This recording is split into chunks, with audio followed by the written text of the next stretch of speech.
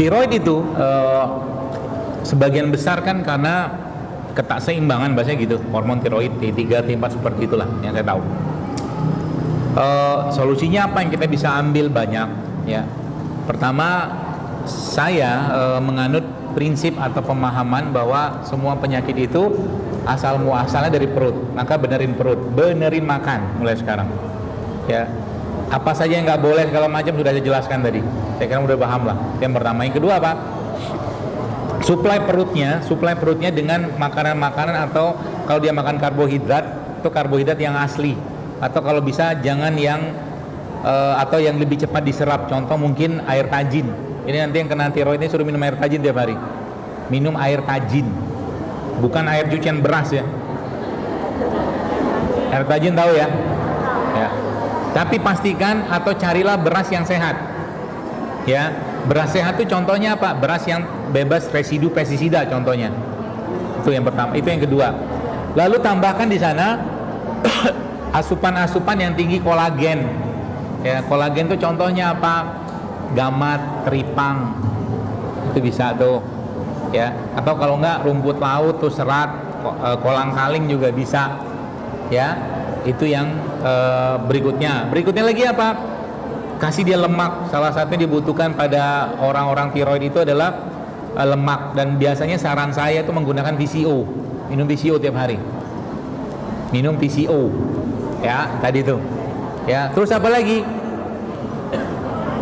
Spirulina, ganggang, tahu ya? Nah itu pakai spirulina ya. Terakhir ada satu yang biasa saya kasih, cuman ini hati-hati kalau yang tensinya rendah ya, namanya daun sena. Daun sena di toko herbal banyak tuh ya. Daun sena itu biasanya dipakai buat kurus-kurus, buat ngurusin ya. Makanya tadi nanti makannya hati-hati, karena dia bisa nurunin berat badan atau ya bikin tensi turun, maaf. Folium sena, daun sena ya, mirip sama daun jati Belanda kalau nggak salah, mirip ya. Itu bisa juga buat tuh. Itu yang keberapa itu. Kemudian terakhir probiotik, fermented ya, probiotik sekarang banyak yang jual ya, cari aja, makan itu tiap hari. Jadi tiap hari, contohnya apa? Makanan sehat yang mengandung bakteri itu tempe kan. Jadi Anda makan tempe kayak begini, satu tempe ya, Anda makan dengan satu kurma, itu bagus banget buat pencernaan Anda dan perut Anda, dan itu akan meningkatkan imunitas, karena memang itu makanan bakteri yang ada pada tubuh kita, kurma dan tempe tadi. Dan tempe itu sendiri adalah makanan probiotik atau makanan fermentasi, paham ya? Ya, setiap hari ya. Dokter makan apa resep andalannya? Resep andalan saya sederhana sebenarnya ya, air putih kayak gini nih. Kemudian saya campurkan probiotik. Kalau nggak ada probiotik pakai cuka juga boleh, tapi bukan cuka dapur ya, bukan cuka dapur, cuka apel, cuka apa gitu loh ya. Masukin sedikit, kasih madu sedikit ya, kasih garam sedikit, garam mineral yang bagus ya. Mau garam laut boleh, garam Himalaya, apa aja, pokoknya garam yang non rafinasi. Lalu makan dengan 3 atau 5 atau 7 habatus sauda. Sesuaikan dengan kondisi Anda. Kalau saya kadang-kadang 5 ya, karena kebutuhan badan saya beda sama Bapak Ibu sekalian.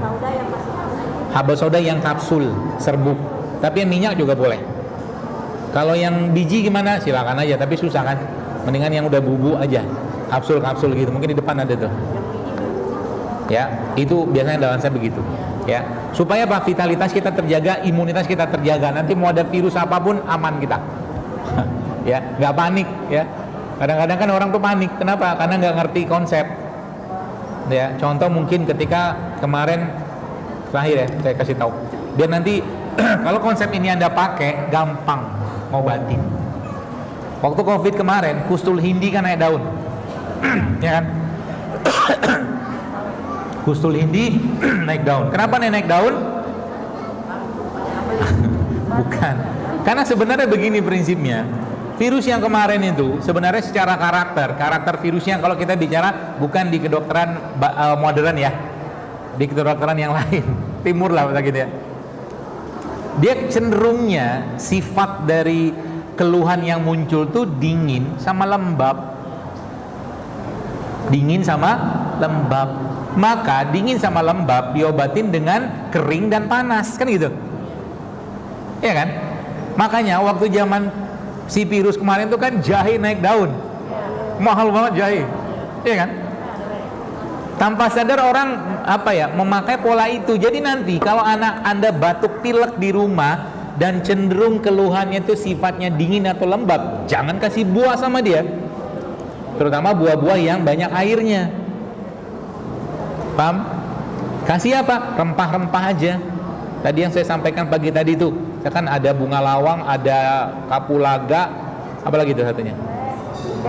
Cengkeh ya. Itu kan panas semua tuh. Bahkan karena apa? Kecenderungan makanan kita di orang modern ini, kecenderungan makanan kita tuh kalau nggak dingin lembab. Gorengan tuh lembab.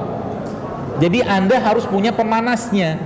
Kalau olahraga jarang, minimal Anda harus ada herbal yang sifatnya hangat yang Anda makan tiap hari. Makanya tadi saya sampaikan double soda. Begitu. Pas. Alhamdulillah.